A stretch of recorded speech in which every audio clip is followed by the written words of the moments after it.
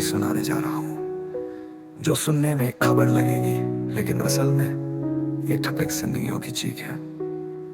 बड़ी जूई अप्रैल बेरी पुइफ पाइफ पहलगाम के वो खूबसूरत वादी बेसरम, जहाँ लोग पिकनिक बनाने आते थे, जहाँ सुकून था, वहीं उस दिन गोलियों की बारिश हुई। 26 लोग मारे गए।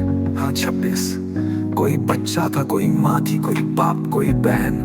और ये कोई अचानक हुआ हमला नहीं था, चुन चुन कर मारा गया। कहा जाता है हमलावर पहले से घात लगा कर बैठे थे। नाम पूछा गया, पहचान पूछी गई और फिर गोली। ये लोग आतंक फैलाने नहीं आए थे भाई, ये लोग तबाही का पैगाम लेकर आए थे। जैसे उन्हें एक एक चेहरा याद था, जैसे उनके अंदर इंसानियत बची ही नहीं थी। एक बच्चा था छोटा सा, अपनी मम्मी का हाथ पकड़े खड़ा था। मम्मी गिर गई, बच्चा चिल्लाता रहा, मम्मी उठो ना, लेकिन मम्मी नहीं उठी। कोई कह रहा था भागो गोलियां चल रही है, कोई चुपचाप जमीन पर गिर गया। और उस वादी में जहाँ पहले हंसी गूंजती थी, अब सन्नाटा था और सिर्फ खून। सरकार को खबर मिली, सेना पहुंची, लेकिन तब तक बहुत देर हो चुकी थी। 26 शरीर जमीन पर पड़े थे और हवा में सिर्फ एक सवाल तैर रहा था, क्यों हुआ ये हमला? कौन थे ये लोग?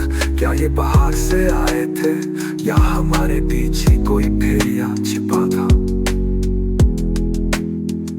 सरकारी बयान आए, टीवी पर हेडलाइन चली, बेसरम में बड़ा आतंकी हमला। पर उस माँ का दर्द किसी कैमरे में कैद नहीं हो पाया, जिसने अपना बच्चा खो दिया। उन 26 परिवारों की कोई रिपोर्ट नहीं बनी, ना कोई इंटरव्यू हुआ, क्योंकि असली दर्द टीआरपी नहीं लाता।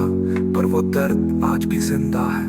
आप सोचिए, अगर आप उस दिन वहां होते, आपका भाई, आपकी बहन, आपकी माँ वो गोलियों की आवाज सुनकर भागते।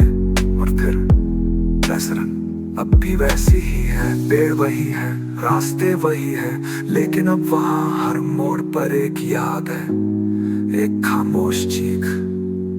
कुछ लोगों को लगता है ये एक साजिश थी, कुछ कहते हैं सरकारी लापरवाही, और कुछ लोग आज भी डर से चुप हैं। लेकिन सच ये है कि 26 जिंदगियां गई, और जब जान जाती है ना, तो आंकड़े नहीं बनते भाई। हर जान के पीछे एक पूरी जिंदगी होती है।